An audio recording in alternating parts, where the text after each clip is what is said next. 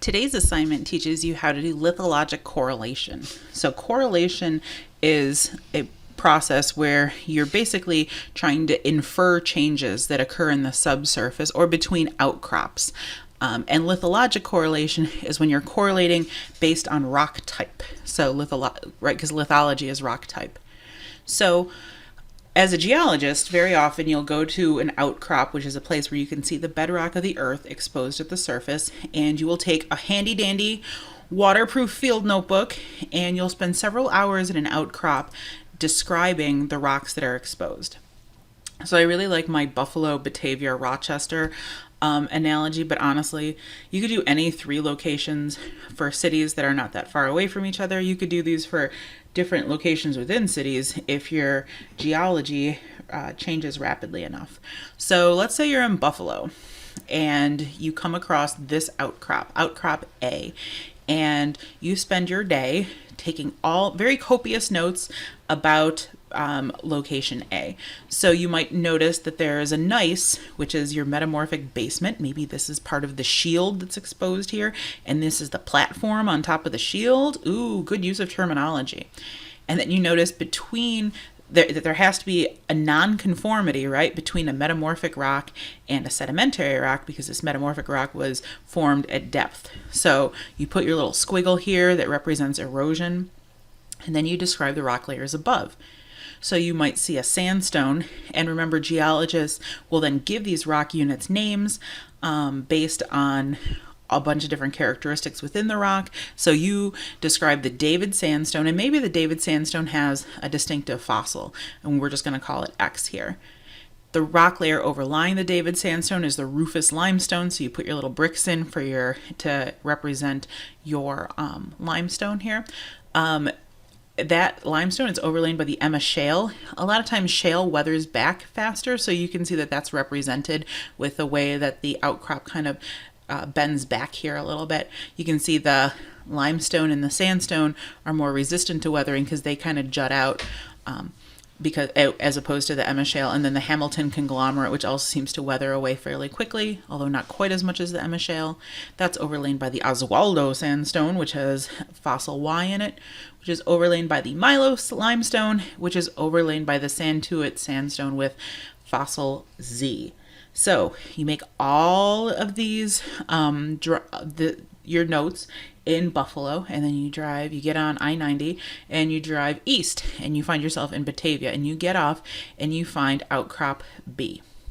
And you describe all the rock layers at outcrop B, and you notice that there's a ton of similarity between the Batavia section and the Buffalo section. And so you can start drawing correlation lines in between these locations. Typically, if you feel very confident about a correlation, like the base of the Hamilton conglomerate, you will put a solid line. If you feel less confident that you have, that this is because this is an erosional feature, maybe you feel like there's maybe some of the David sandstone got lost here or here, so you put a dotted line if you felt like there was some sort of question. So the dashed line here indicates uncertainty, and they don't really give you enough information in this diagram alone to explain why there's uncertainty here and here at the Rufus limestone or at the base of the Oswaldo sandstone, but nevertheless, that's how you indicate if you do have uncertainty. So this is a pretty simple correlation because every rock layer that appeared in Buffalo also appeared in Batavia. So then you hop back in your car and you drive a little bit further down the thruway to Rochester, and that's your location C.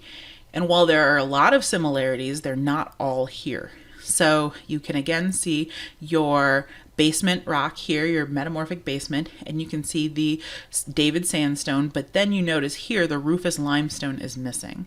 So what people will often do then is do something called a pinch out. A pinch out is basically when you take the base of the limestone and you just pinch it out before it appears in Rochester. And you can see there's an unconformity here.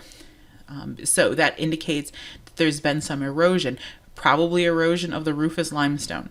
So if there's a disconformity, that's usually caused by a drop in sea level. So that drop in sea level resulted in some erosion. And then you can see that there's more connection here. There's another unconformity here, another disconformity, I should say. And you can see that the Milo limestone does not appear in Rochester, but every other layer does. So you can see that in our basin here, basically we have 2 pinch outs.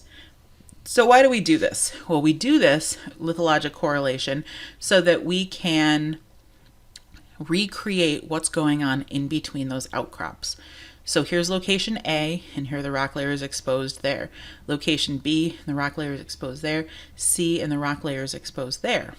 So it's very common that rocks get eroded. So all of the rocks might be missing between B and C due to erosion. It's also really common, especially in the eastern U.S., that rocks are covered with vegetation and soil. So they might be there, but we can't see them because they're not exposed, which is why road cuts are so handy, because you can literally drive by and it's like a little window into what's going on in the bedrock below. So if you recall, there were 2 pinch outs in our correlation.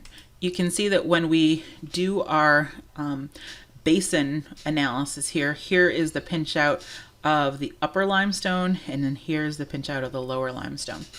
So the reasons for doing this, there's a couple of them. It's possible that there might be a really important economic mineral in this shale layer, and we want to know, okay, so if we're here, we're somewhere between Buffalo and Batavia, maybe we're in Pembroke, and we want to get down to this shale. Well, we want to know approximately how deep below the surface we're going to find that shale. Similarly, it's very common that that there is oil and gas reserves in sandstone. And so if you have a sandstone and maybe it's capped by an aquitard, so you might have oil and gas in this sandstone and it migrates upwards until it hits the shale, because the shale is a really good aquitard. So you might have to drill down to the top of this limestone layer, which is also usually a reasonably good aquifer, and see if you can get down to the limestone to extract some of that oil and gas. And so you'd want to know where the contact is, and you'd want to eventually figure out where this pinch out occurred too. But you'd want to know where the base of that shale is, because all of the oil and gas are probably located underneath the shale. So those are reasons why you would want to do a lithologic correlation, primarily for economic reasons, but also it tells you the story. You recreate basically a story of the history of a basin. So good stuff. Let's do a little example. Oh, there are your pinch outs. Very good. All right, so here is an example, and let's just go through the rock type symbols real quick. So this is a conglomerate. They're all little balls, and it's perfectly, of course, it's very well sorted, and we know in real life that conglomerates are not real well sorted. This symbol is a shale. You have your dashed lines there. When you have their dashed lines followed by these particles, this is going to be your siltstone, because it's a mixture really of sandstone and shale. Then you have your limestone symbol here. There's your unconformity. And there's your conglomerate, siltstone, shale. All right, I'm going to try and do this with you so it feels organic. Feels like what I would do in class. Okay, so let's start with something easy. So here's the base of this siltstone, and we can see the base of that siltstone. We don't have any reason to think there's any erosion between these 2 spots. So let's go ahead and connect those. And the same thing with the top of our siltstone. That all looks cool too. So this is where the ground level is. So we don't know for sure that this is the base of the shale. It might extend underground a little bit further. And here we can see that the shale is located in this stratigraphic log also. So we are going to do a dotted line here. Good stuff. So that just tells us at a quick glance that we are a little uncertain about that. All right, let's skip this mess in the middle here and go to the top of this conglomerate layer. In the top of this conglomerate layer, I don't see anything that says there's been any erosion. So we're going to connect that along.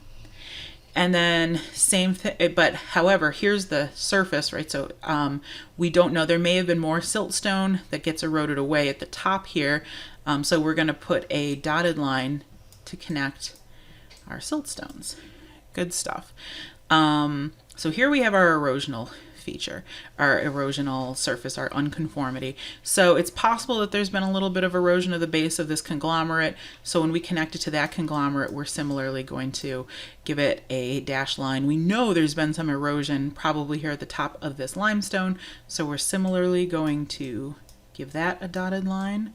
And then we have these two rock layers here, right? In fact, I didn't even tell you what this is. I'm sorry. This is rock salt. Rock salt is crystalline, so it often has that sort of a pattern. So we have this rock salt and this sandstone, and they don't appear at all. And we know there's been some erosion here.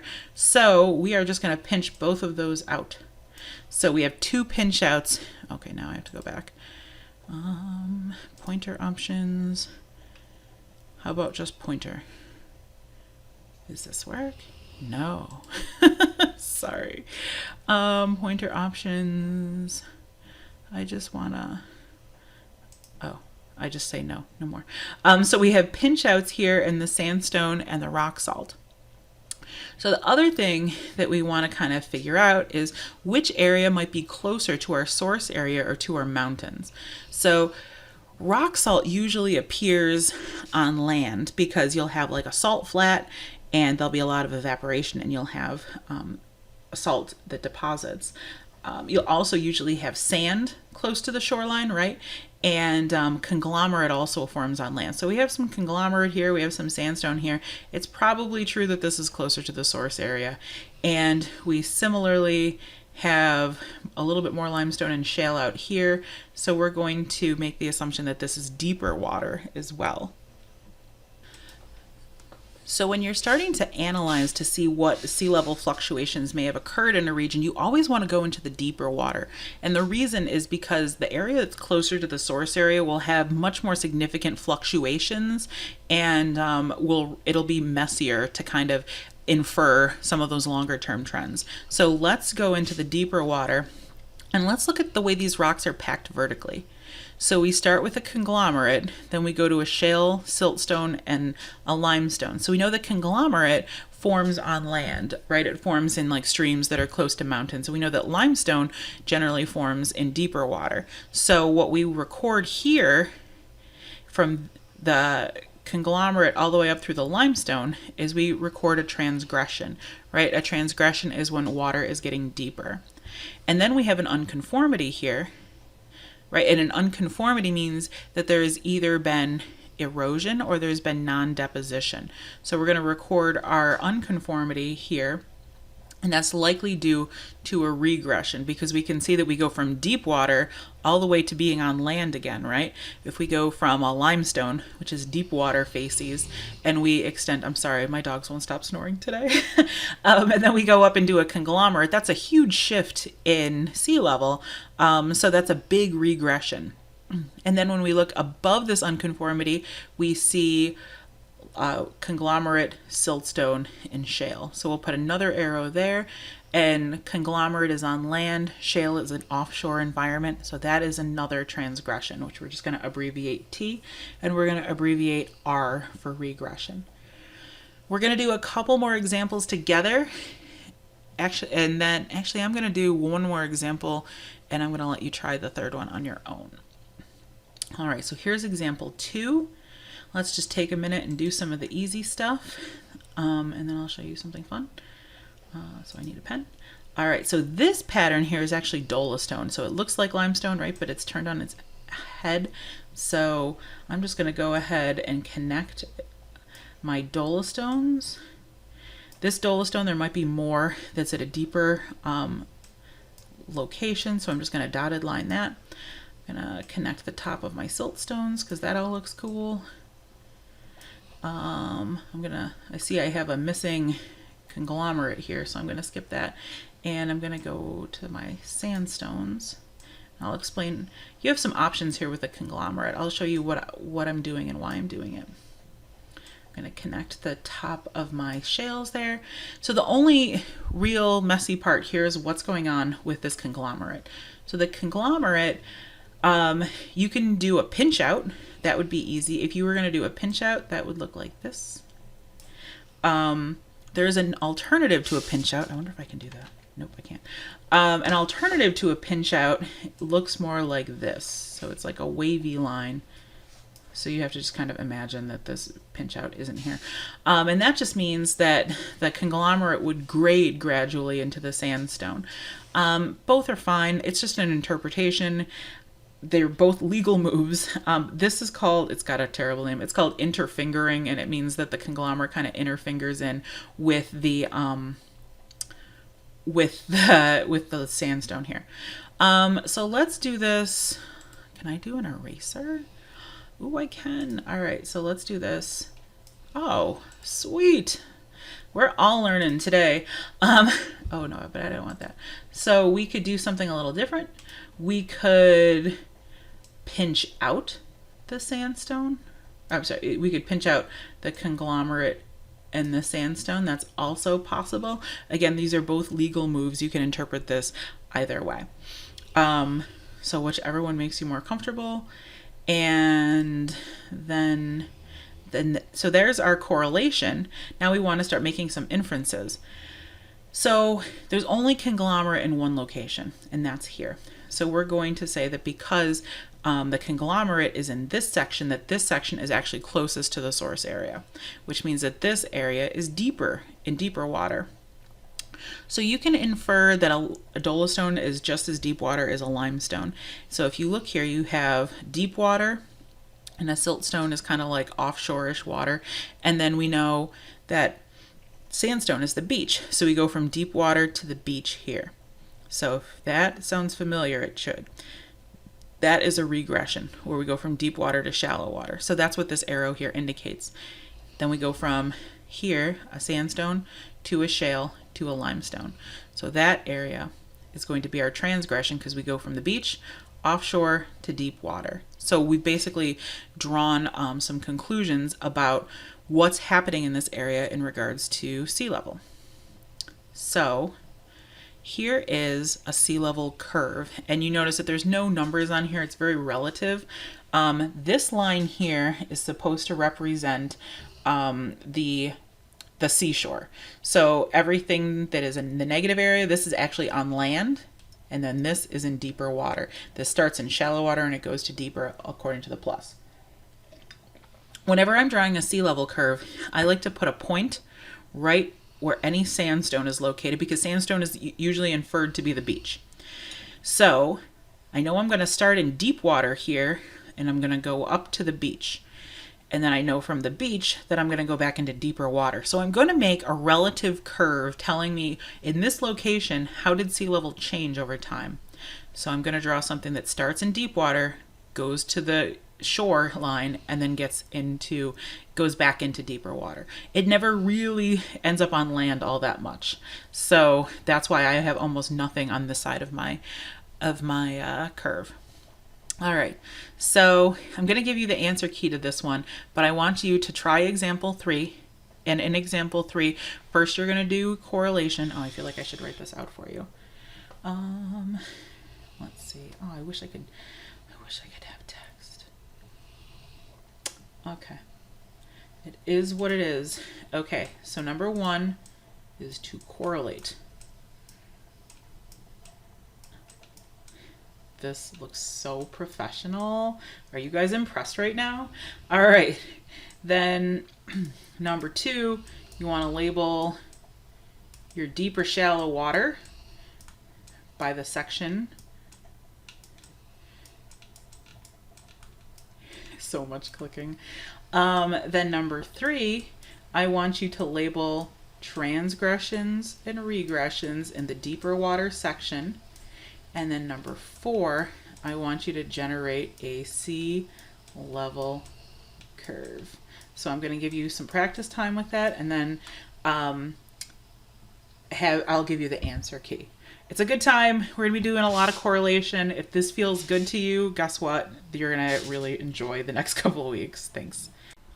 I almost forgot one more thing, and that is that, remember we were talking about how transgressions can be either eustatic, which means global, or local, and the only way you can tell is by getting data from a whole bunch of different sources to determine if it's a global or a local occurrence. Well, it turns out that there have been a series of global or eustatic transgressions in the Phanerozoic eon, the eon that we live in. And this is pretty cool. So here is the geologic time scale here. And, there's a little bit of, whoa, don't look there. No, I'm giving you the answer anyway. There are a series of ages and millions of years ago, and we start at the Proterozoic eon here down at the base. These are all periods within the Paleozoic and Mesozoic era, and then you have the Cenozoic era at the top. What I wanted you to see, though, are these periods of eustatic transgression. So here is a big one at the base of the Cambrian. And they name them then, so then you can say, oh, what I'm recognizing locally is part of the Salk transgression. And then you can see that there globally is a regression. And then you have another big surge that is of transgression that is called the Tippecanoe, which is so fun. If you're sitting in your house and no one's around, say Tippecanoe because it's so great. So you have the big Tippecanoe transgression followed by a regression.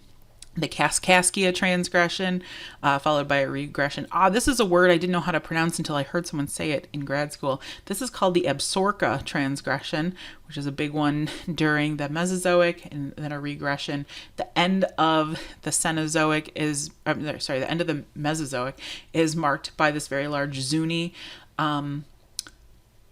transgression followed by a regression, and then there's another one globally in the Cenozoic era.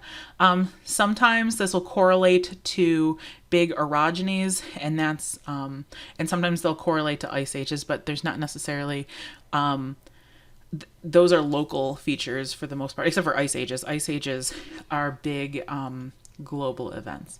But nevertheless, I wanted you to see that they do appear on the geologic time scale, and they are pretty fun. And they are your book has a great geologic time scale with all of the major transgressions, regressions, and orogenies, as well as biological events too. Okay, promise this is the end and you can work.